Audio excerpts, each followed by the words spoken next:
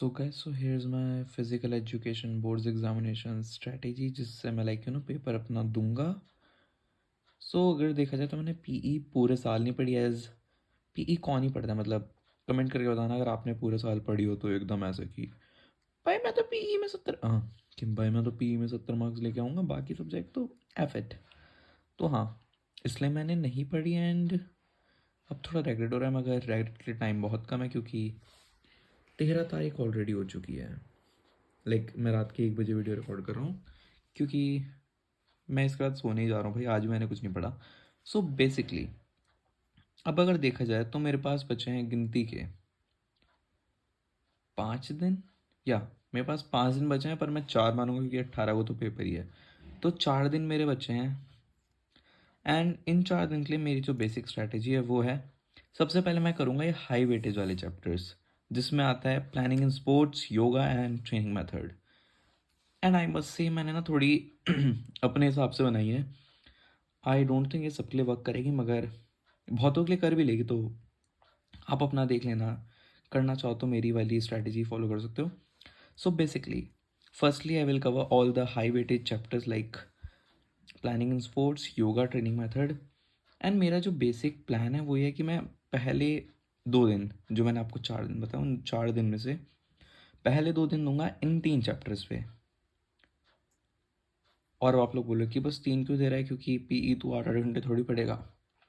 मगर मेरा ना दूसरा account as being a commerce student accounts का है. मेरा जो दूसरा पेपर है वो अकाउंट्स का है. एंड अकाउंट्स के सिर्फ 4 5 दिन का गैप है. एंड इसलिए मैं अकाउंट्स भी करूँगा इन 4 दिनों में, साथ साथ पीई भी. तो बेसिकली मेरा जो मेन आइडिया वो है कि मैं 50% पीई को दूंगा 4 दिन और 50% अकाउंट्स को दूंगा. 4 दिन में आधे टाइम मैं पीई पढ़ूंगा, आधे टाइम अकाउंट्स पढ़ूंगा. तो इसलिए मैं पहले 2 दिन में करूँगा हाई वेटेज वाले चैप्टर. एंड देन फिर जो बाद के 2 दिन होंगे उनमें मैं करूँगा medium weightage to low weightage वाले चैप्टर. मैंने लो वेटेज वाले इसमें लिखे नहीं है क्योंकि ऑफ कोर्स जो भी इन चैप्टर्स में से छूट गए वो लो वेटेज वाले होंगे और वो उतना ज़्यादा इंपॉर्टेंट नहीं होंगे, मेनली एमसीक्यूज में ही आते हैं. तो उनके तो भाई 20 मिनट वाले वन शॉट्स भी चलेंगे बेसिकली. या ये भी मेरी एक स्ट्रैटेजी है कि जो इनके अलावा जो लो वेटेज वाले चैप्टर हैं उनके मैं वन शॉट देख लूँगा जो 15 20 मिनट वाले होते हैं, जाकिर सौदागर भाई या फिर किसी और टीचर के. एंड मेनली जो मेरे लास्ट के 2 दिन होंगे मैं करूँगा मीडियम वेटेज वाले चैप्टर जिसमें आता है psychology in sports, test and measurement, biomechanics and physiology and sports injuries. तो बेसिकली मेरा जो आइडिया है वो ये है कि मैं 13 14 15 को मैं करूँगा ये वाले चैप्टर विद अकाउंट्स. अकाउंट्स में मैं क्या करूँगा वही मैंने प्लान नहीं किया, मगर मैं टू लिस्ट में प्लान कर लूँगा, उसकी फिक्र मत करो, मेरी चिंता करने की चीज़ है. पर जो बाद की डेट्स आती है यानी कि 16 और 17, तो 16 और 17 मेरा प्लान क्या है, मेनली 16 को तो मैं 16 को देखूँगा इन चारों चैप्टर के वन शॉट्स. और इन चारों चैप्टर के वन शॉट्स करने के बाद I will attempt a sample paper. वैसे मैं पहले ये देखूँगा कि जाकिर सौदागर और PW यानी कि जो मेन यूट्यूब चैनल है वो एंटायर सिलेबस का वन शॉट कब करवा रहे हैं, क्योंकि कुछ 16 को रहा है कुछ 17 को करवा रहे हैं. तो अगर मैंने 16 को PW वाला निक्कू भैया का देखा, देन मैं 17 को सैम्पल पेपर एक अटैम्प्ट कर लूँगा.